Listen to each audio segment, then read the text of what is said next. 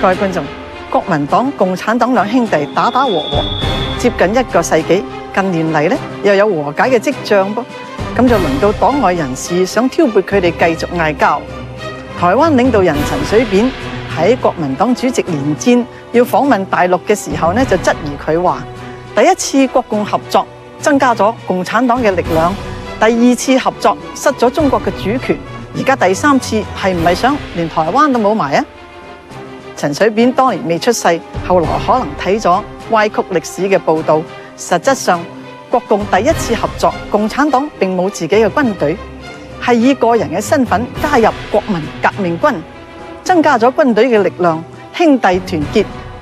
導致北伐嘅成功。第二次兄弟攜手抗日，拖垮日本，抗戰勝利。如果國民黨遵守雙十協定，容納共產黨，相信蔣委員長嘅寶座仍然能夠領導中國，唔使敗退台灣。而家就請觀眾同我哋一齊回顧下陳水扁先生所提嘅呢一段國共嘅歷史。1924年國民革命軍喺共產黨人加入咗之後，就誓師北伐，將北洋軍閥三大勢力孫傳芳、吳佩孚、張作霖逐一擊破。國民黨得以掌握大局之後，蔣介石即刻進行清黨。共產黨啱啱幫佢打完勝仗，冇諗到佢咁反覆，俾佢打個措手不及，就死咗好多人。毛澤東嘅一生唯一一次俾國民黨捉住，就喺呢一次圍捕農團嘅時候。由於捉咗好多農民，國民黨人並唔知道毛澤東就係其中之一，咁樣喺押解農會嘅時候咧，就俾佢走甩咗。隨即共產黨人周恩來、朱德、葉挺、賀龍就喺南昌起義，毛澤東秋收起義，彭德懷平江起義，三支起義軍先後奔向井岡山會師，建立自己嘅軍隊對抗國民黨。國民黨咧就隨即展開5次對共產黨嘅圍剿。第1、2、3次俾毛澤東領導嘅紅軍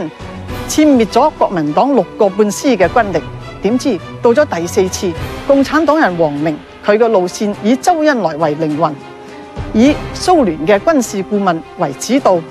唔但止奪咗毛澤東嘅軍事指揮權，唔用佢嘅游擊戰術，仲改變咗用集中兵力硬拼國民黨嘅碉堡戰術，咁就大敗。第5次，紅軍幾乎全軍覆沒，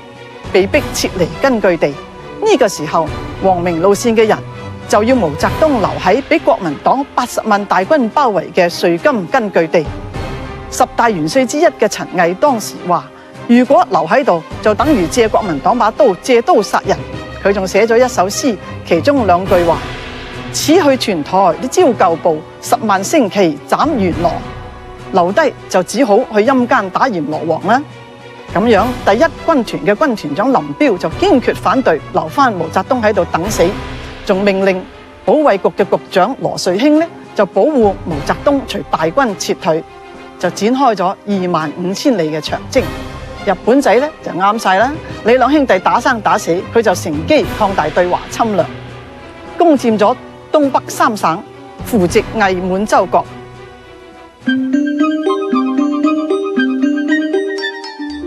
俾日本人強佔嘅東三省本身係張學良嘅根據地，好多人對張學良嘅認識只係限於西安事變，但係張學良本身又係一個點樣嘅人呢？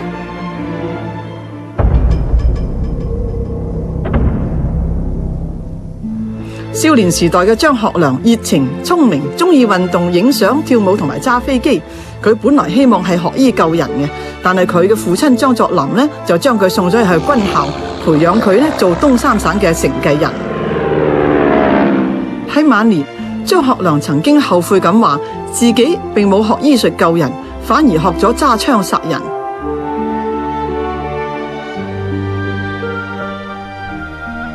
1928年嘅6月4日，張作霖所坐嘅火車喺瀋陽呢被日本關東軍炸死。呢一日係張學良嘅生日，而家變成父親嘅死忌。張學良悲痛欲絕，對日本人非常痛恨，咁佢就繼承父志，主政東北。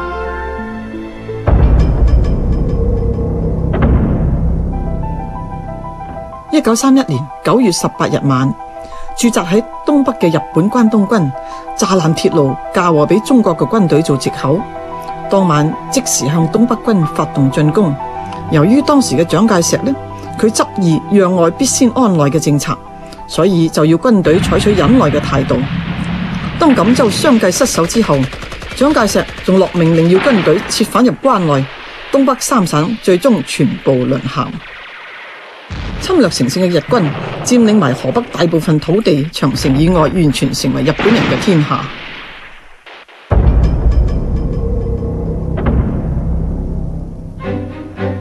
要全民抗戰，首先一定要停止內戰。1936年嘅12月12日，忽然間各大新聞報紙嘅頭條都刊登咗張學良、楊虎城喺西安扣押蔣介石，用兵諫提出抗日救國嘅要求。張學良又致電俾共產黨，邀請共產黨派代表去西安談判。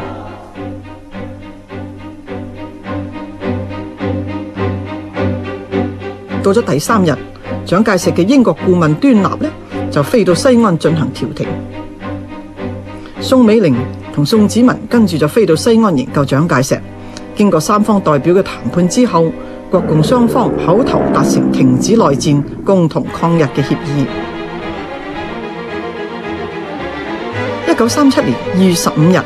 迫於各方面嘅壓力，蔣介石最終確定咗基本嘅國共合作原則，10年內戰暫時結束。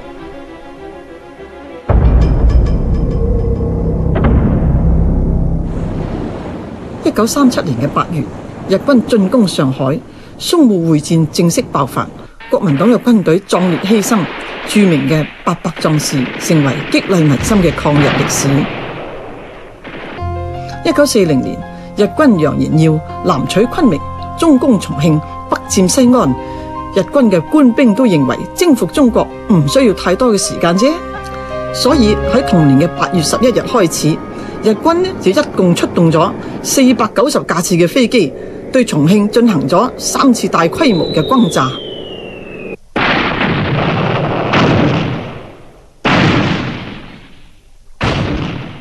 到咗8月20日，八路軍嘅副總司令彭德懷就出動咗八路軍105個團，大概30萬嘅兵力，喺石家莊至太原200公里長嘅鐵路上邊破壞日軍嘅鐵路，佔領埋日軍嘅據點同碉堡，全面擊潰日軍嘅後防。百團大戰勝利嘅消息傳遍全國，令到蔣介石甚至西方國家對共產黨有咁強嘅兵力都覺得非常震驚。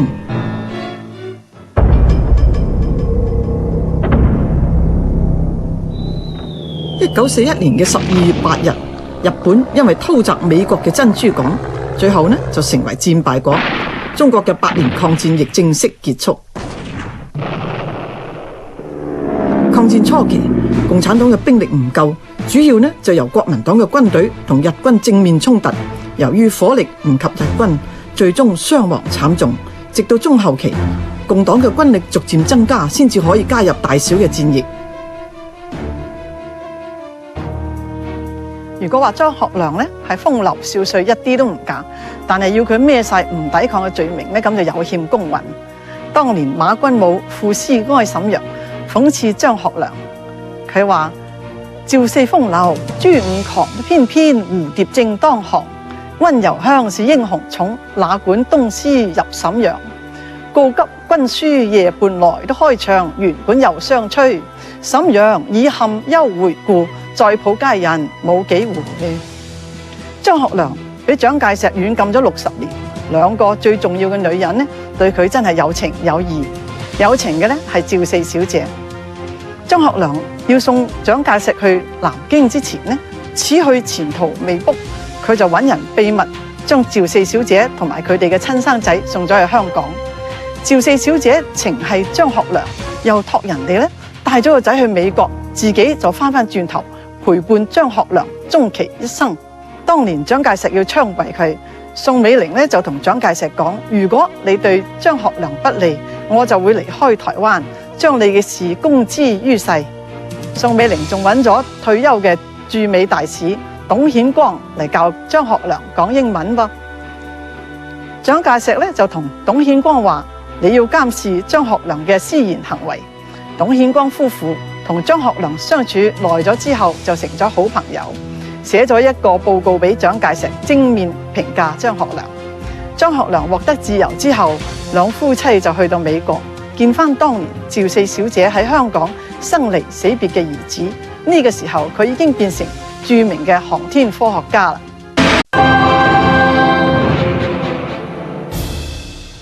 1943年12月，國際會議喺開羅，美國總統羅斯福話，當戰爭結束嘅時候，殖民地侵佔嘅行為亦應該停止，同意由蔣介石領導嘅國民政府爭取翻香港嘅主權。英國首相丘吉爾當然就唔同意啦。咁蔣介石呢，佢根本就冇心同英國抗衡，淨係一味諗住點樣喺戰後消滅共產黨。抗戰勝利，舉國歡騰，慶祝未完，國民黨同共產黨之爭咧又趨白熱化，炮仗聲就變成槍聲。咁樣經過美國嘅調停，雙方就喺重慶談判。共產黨人求和心切，就由毛澤東率領共產黨人去到重慶簽雙十協定。毛澤東三呼蔣委員長萬歲，表示同意將紅軍編入國軍，仲表示話我絕對唔會首先打國民黨。蘇俄咧亦表示唔可以打國民黨，因為雙方軍力懸殊，如果一打共產黨一定輸。就係因為咁，蔣介石覺得一打佢一定贏，咁就違反雙十協議，首先向共產黨開火，爆發全面內戰。共產黨只係得120萬裝備落後嘅軍隊，好多都係農村兵，重型裝備根本就冇，就得返日本喺東北投降嘅時候呢留低嘅槍支。咁樣小米加步槍又點樣對抗國民黨飛機加坦克呢？唯有一邊打一邊從敵人嗰度繳獲啲武器嚟裝備自己。所以當時毛澤東定嘅打贏嘅標準係十分明確嘅，一定要有繳獲。如果自己耗嘅彈藥呢少過繳翻嚟嘅敵人嘅武器，咁樣就算敵人被打敗都唔算係贏。國民黨呢就有430萬裝備精良嘅正規軍，又有美國嘅軍援，邊個都諗唔到打咗3年半，實質3年之內勝負已決。國民黨喺絕對優勢之下，竟然會敗退台灣，呢個係中外軍史上一個奇蹟。打真軍係冇得吹牛嘅，邊個嘅戰略好，邊個就贏，邊個得民心，邊個就得天下。毛澤東佢嘅軍事韜略固然係震驚中外，但係最主要嘅呢係國內嘅軍民對佢根植咗近乎神話嘅崇拜。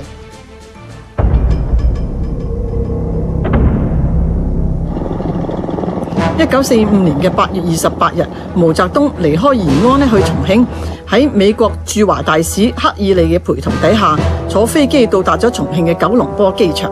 開展咗重要嘅重慶和談。今次呢係隔咗28年之後，國共領導人再次走埋喺一齊。當時蔣介石呢仲邀請咗毛澤東住喺自己嘅官邸林苑喎，佢又為毛澤東舉行咗盛大嘅歡迎宴會。和平背後，蔣介石仍然布置緊點樣剷除共產黨，好快就破壞咗雙十協定。喺人民慶祝抗戰勝利冇幾耐，人民又要活喺親者痛仇者快，自己人打自己人嘅內戰黑暗年代啦。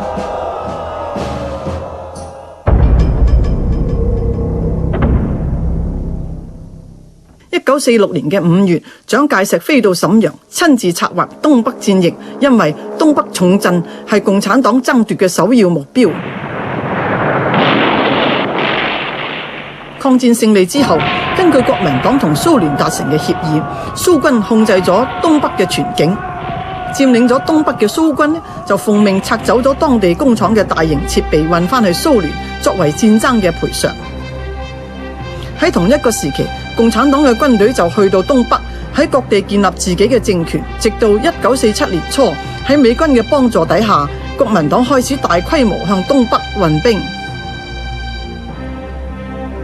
裝備先進嘅國民軍喺東北步步進逼，好快就佔領咗東北嘅大城市。蔣介石仲親自向美國保證，只要國民黨嘅軍隊佔領咗長春，佢就會即刻停止進攻共產黨嘅軍隊。原本喺國共鬥爭裏邊做斡旋工作嘅美國，呢個時候亦傾向支持國民黨，仲保證向國民黨提供足夠嘅軍火。6月22日，毛澤東公開譴責美國軍事援助蔣介石，對美國嘅所謂中立提出質疑。6月底，中原嘅解放區亦正式受到國民黨嘅攻擊，雙方嘅內戰就全面爆發。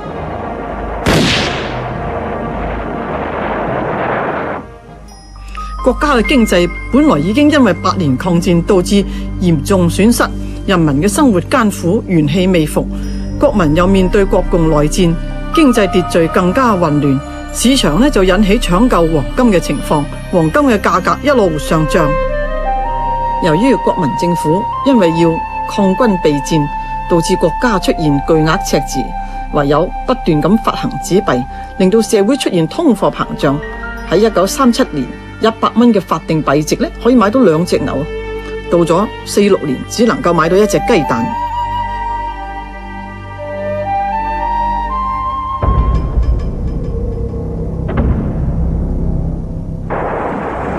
除咗經濟上嘅損失，國民軍喺1946年至47年全面進攻共軍嘅期間，每佔領一個城市就要付出大約7000個兵力嘅代價，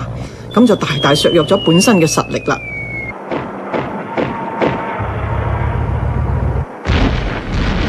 代價雖然咁大，不過都唔能夠阻止兩黨嘅鬥爭。1948年嘅11月，決定性嘅淮海戰役爆發，60幾萬解放軍參戰部隊同80萬嘅國民軍嚟咗一次大激戰。解放軍最後殲滅咗國軍、黃伯韜、王維同杜聿明3個重要嘅兵團，令到國民黨嘅政權最終土崩瓦解。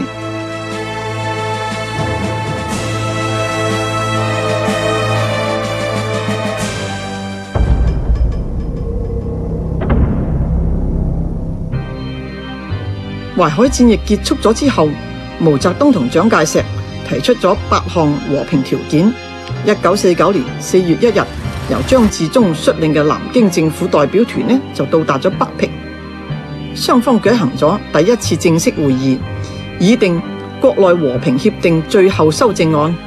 中共同時申明，解放軍一定要橫渡長江。國民黨最後拒絕簽修正案，談判破裂。毛澤東立即發布向全國進軍嘅命令，過百萬嘅解放軍勢如破竹，以帆船強渡長江，追擊國民黨嘅殘餘部隊。跟住，解放軍就以猛烈攻勢攻入南京，徹底佔領咗國民黨喺南京嘅總統府。蔣介石嘅國民政府亦大勢而去。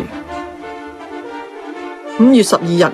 解放軍嘅第3野戰軍分別由上海嘅浦東、浦西逼近吳淞口，切斷國軍嘅海上退路。5月27日，蘇州河以北，蔣介石最後一隊軍隊亦被殲滅，上海宣布解放。後來內戰雖然結束咗，但係作為一個中國人，最希望睇到嘅係全國真正嘅統一，兄弟團結先可以相互得益。本來共產黨已經2次被編入國軍，